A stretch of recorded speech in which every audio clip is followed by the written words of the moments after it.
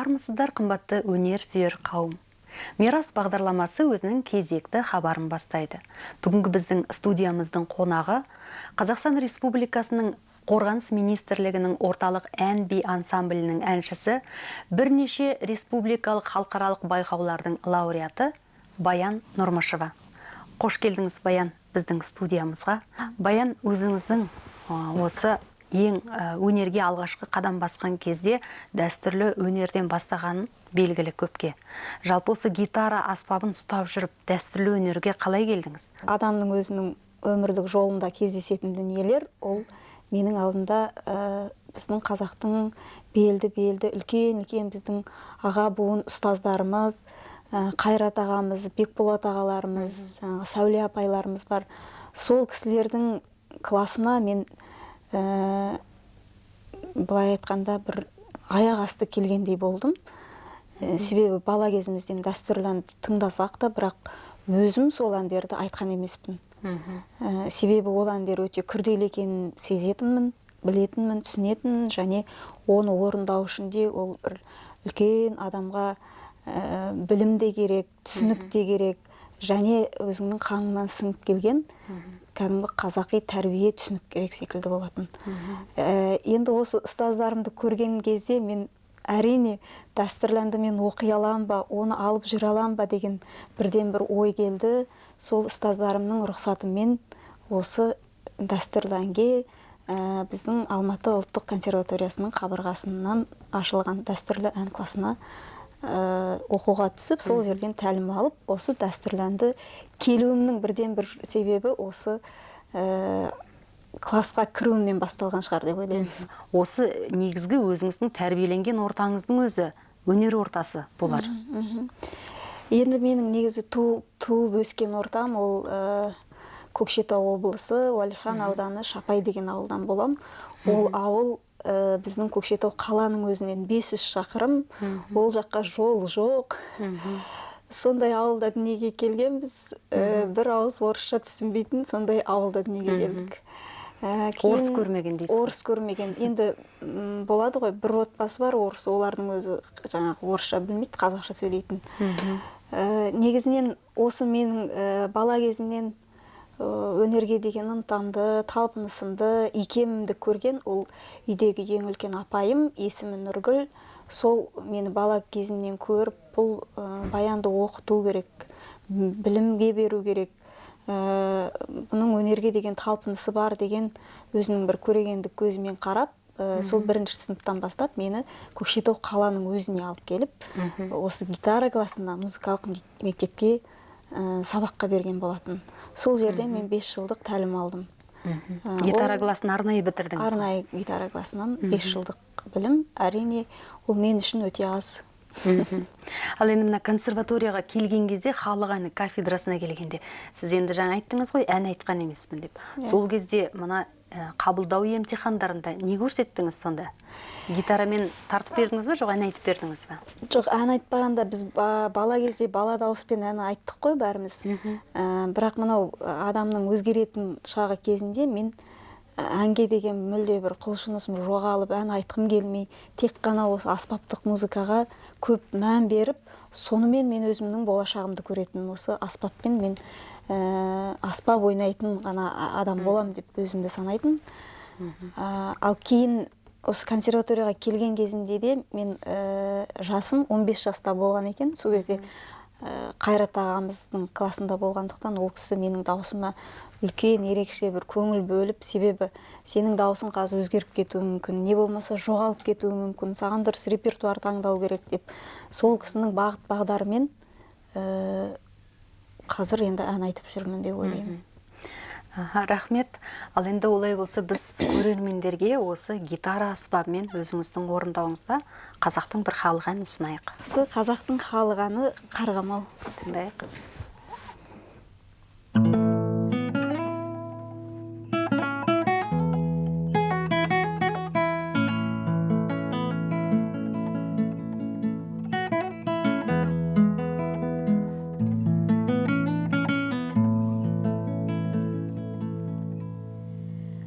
Қарғамол, сен қалайсың,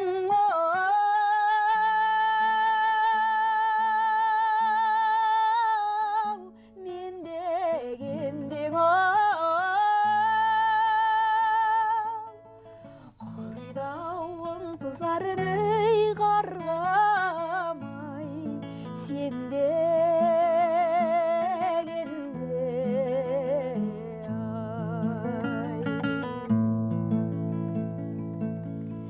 аршын төс алма мойынна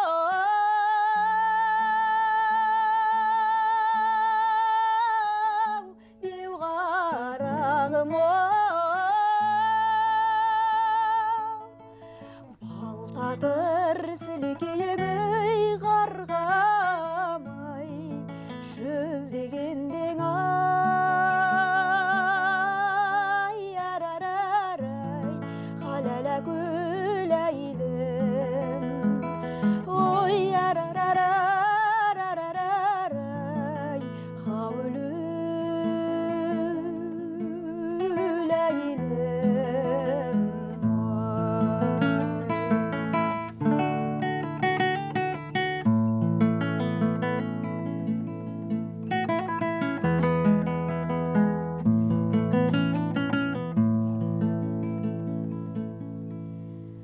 қарғам-ау ақша жүзің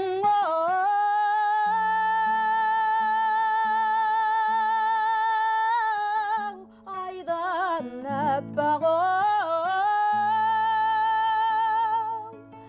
аулыңнан шыға алмадым ей қарғам-ай айналақтап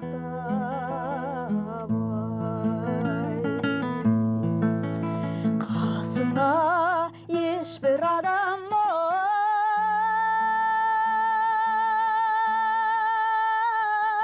бара алмайдың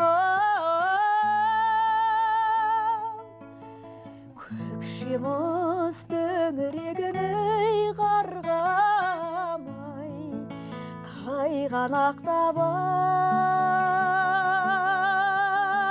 арарарай халала гүләйлім ой арарарарарарай хавлүләйлім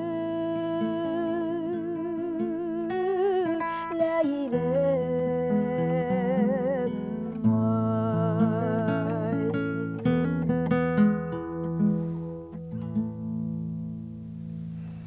беудеңіз мінекей нағыз керемет. Мынау гитарамен дәстүрлі әнді айту бұл өзіндік бір жаңа бағыт деп айтсақ та болатын шығар. Музыка өнерінде нағыз жүрегі нәзік адамдардың ғана тыңдайтын әндері сияқты. Баян, ал мына сізге дейін осы жалпы біздің қазақтың өнерінде гитарамен халық әндерін айтқан адам болған жоқ. Өзіңіз осы алғаш сахнаға халық әндерін айтып шыққаннан кейін сізге еліктеушілер болмаса сізден келіп сабақ үйренем деген адамдар болды ма осы өзіңіздің шығармашылық өнеріңізде? Я, ондай адамдар бір қуантатыны біздің артымыздан еріп келе жатқан өзімнің қатарлас құрбыларым, сол менің замандастарым, жастар жағы көбінесе осы өнерді ары қарай дамытуға талпынып тұратынын сеземін. Себебі біз осы Қытай Республикасына концертпен барған кезде де көп адамдардың айтып жатқаны, біздің қыздар қолына гитара алып әндерді орындап жүр, бірақ осы қарғам-ау ән болса да біз тыңдап жүрміз, бірақ бұрын бұл әнді басқаша тыңдайтынбыз дейді. Ал осы гитарамен орындалғаннан кейін өзім сияқты жас қыздар осы гитараны алып сол әнді солай айтуға тырмысып талпынып жүргенін естідім. Әрине ол қуантатын жағдай, себебі аз да болса осы біздің қазақтың ән өнеріне кішкене болса да бір қосып жатқан үлесіміз шығар деп ойлаймын. Ол енді болашақтың еншісінде болашақ көрсетеді деп ойлаймын. Рахмет. Ал енді Баян, мына өзіңіз консерваторияны халық әні бөлімі классы бойынша оқыдыңыз. Осы сіздер ұстазыңыз Қайрат ағамен репертуар таңдағанда қандай қиыншылықтар болатын еді? Жалпына гитара біртүрлі бір келкілікті қажет ететін сияқты, ал біздің көптеген дәстүрлі әндер ырғағы жағынан біркелкі ырғақта емес. Яғни тек қана еркін ырғақта ол жерде дауыс қанша шарықтаса, сонша сүйемелдеп тұра беруге де болады, домбырамен шертіп. Ал енді гитарада олай ұзақ уақыт шертіп тұра алмайды ғой. Сондықтан осы репертуар таңдау кезінде сізде қандай қиыншылықтар болды? Консерваторияда оқып жүрген кезімде мен енді ол арманым болатын, әрине дәстүрлі әндерді гитараға салып айтса қалай болады екен деген ой болатын. Енді біріншіден ол маған жақсы ұстаздың жолыққаны, бұл тағы да бір менің бағымның бірі шығар деп ойлаймын. Сол тұрғыдан қарағанда репертуар таңдау жағынан болса да, сол әнді бұзбай дұрыс айту жағынан болса да, осы Қайрат ағамның маған беріп отырған кеңестері, өзі ол кісі гитараны ойнамаса да сол өзі ол шертетіндей болып түсіндіре білген осы ұстаздың бір үлкен қабілеті деп ойлаймын. Енді алға мақсатты қойуын қойдым, бірақ оны қалай жүзеге асыруына келгенде мен ойлайтын, егер де мен бір әнді гитараға салып айта алмасам, онда осы дәстүрлі өнерді маған қою керек деп өзіме сондай мақсат қойған болатын. Себебі одан бір нәтиже шығу керек, не шықпау керек деген ой болатын. Ал жалпы ән таңдауға келгенде ол ең бірінші ол менің жүрегімнен орын алу керек деп ойлаймын. Әрине ұстаз бағыт бағдар береді, әндерді үйретеді, бірақ қайсы әнді өзің айтқың келеді, шама шарқың жетеді, сол әнді айтқаның дұрыс деп ойлаймын. Өзіңнің даусыңның деңгейін білесің. Сол себепті біріншіден өзің таңдайсың деп ойлаймын репертуарды. Жалпы жаңағы Қарғамау әніне келетін болсам, бұл әнді мен сабақта, класста отырып, қаншама жаңағы Қайрат ағайлардан да естіп жүрміз, біраз әншілерден естіп жүрміз, бірақ маған ерекше әсер еткені бұл біз бір концерттен қайтып бара жатқан кезімізде Қайрат ағай машинаның ішінде отырып, рульді ұстап отырып, жолда келе жатып, осы әнді домбырасыз, ешбір аспапсыз, акапельна деп айтамыз ғой, солай айтқан болатын жолда. Сол ағаның сол жерде орындағаны негізі маған өте ерекше әсер етті. Ол мүлде басқаша орындау болды. Сол тыңдағаннан кейін мен үйге келіп, осы әнді осы гитараға салуым бір себеп болды деп айта аламын. Әрине, бір нәрсеге екінші нәрсе себеп болу ол өзі өмірдің заңдылығы ғой. Ал енді мына өзіңіз халық әндері ол бір бөлек дүние, ал мына авторлық әндерді, яғни Ақан, Біржан, Естай, Ғазиз деген сияқты композиторлардың әндерін гитараға салу қаншалықты қиын ғой? Ол өте қиын.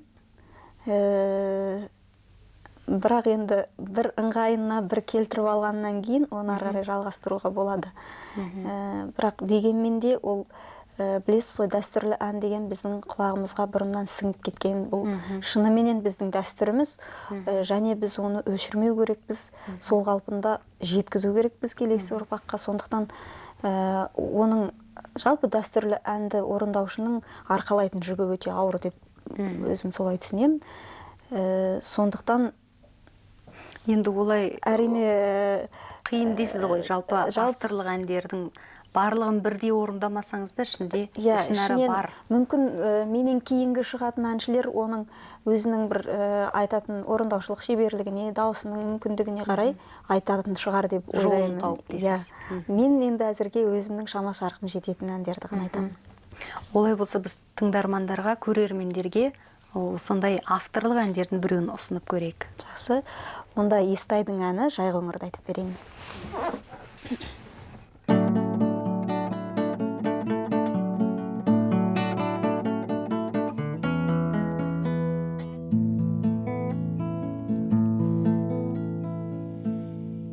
Ертістің ей арғы жағың ау, арған адай, әншінің ей домбырасың ау, болған адай, жағалап ей қар ертістің ау, Естай ақын деп салған Жайқоңырға ахау әннің атын. игигай-ау, игигай, игигай, игигай, игигай.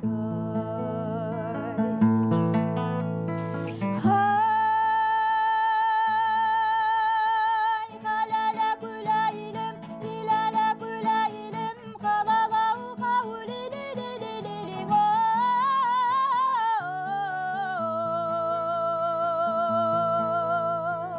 игигай-ау, игигай, игигай, игигай, игигай.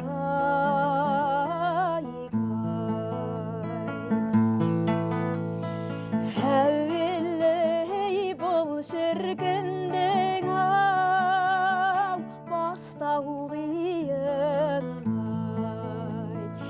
Екіншіңей көптің сөзін ау, тастау қиын-ай.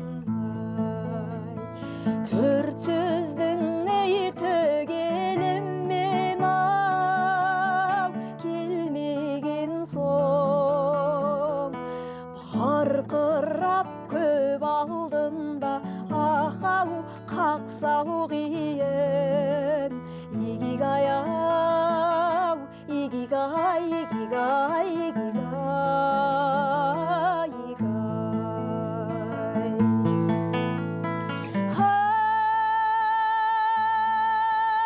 Ай, халала күләйлем, илала күләйлем, халалау хаулилилилилиң,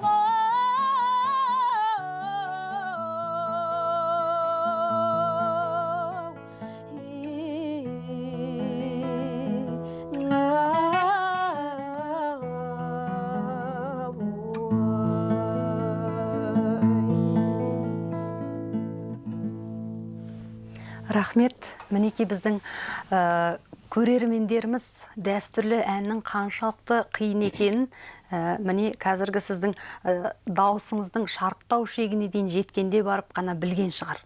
Бұл дәстүрлі ән тек қана ол орындалып, жай сөзді жаттап айту, оның қасында аспаппен сүйемелдеу және дауыстың бар шеберлігін көрсету, бұл әрине екінің қолынан келе бермейтін шара екенін көрсе, тыңдап көріп атқан болар. Ал енді біздің мына өте бір қызықты жағдай, қазіргі айтып кеттік Естайдың. Бұл енді Естай 19 ғасырда өмір сүрген композитор ғой.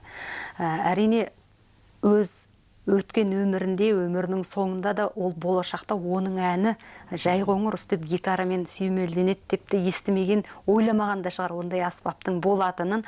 Болашақта оның әншілер осы гитараға салыпты да өз нақышын бұзбай, сол қаз қалпында осылай орындайтын білмеген де болар. Жалпы осы кәсіби авторлардың әндерінің ішінде тағы қандай әндер бар осы аспапқа келетін? Негізінен Алқоңыр бар, олар Алқоңыр, Ақбақай деп айтып жатамыз. Бұл енді халық әні деп айтып қылғанмен де бұл әндерді бір авторлық әндерге ұқсастыруға болатын секілді. Кәдімгі қара өлең емес, кәсіби деңгейдегі авторлық әндер. Не болмаса жаңағы Ақылбайдың әні бар. Мысалға Балғадишаны көрдіңіз бұл гитараға салып? Жоқ, мен Балғадишаны көрген емеспін. Бірақ Балғадишаны салуға болады, ол ырғақ жағынан әбден мүмкін салуға гитараға. Ал мысалы Естайдың Қорлан көп адамдар эстрадамен де айтып жатады. Оның қасында гитарамен айтып көрдіңіз бе? Қорланды айтып көрдім. Негізі жақсы келетін сияқты ғой. Тағы да жалпы өзіңіздің ізденіс жолыңызда осы тағы қандай әндерді осы гитарамен айтсам ба деген ойыңыз бар? Енді жаңа Ақылбайдың әні деп айтып отырмын ғой, бірақ бұл әнді мен өзім әлі айтқан емеспін. Бірақ айтуды армандаймын. Жоспарда бар дейсіз ғой. Рахмет. Баян, мына өзіңіз тек қана көптеген көрермендер мүмкін білмейтінді шығар.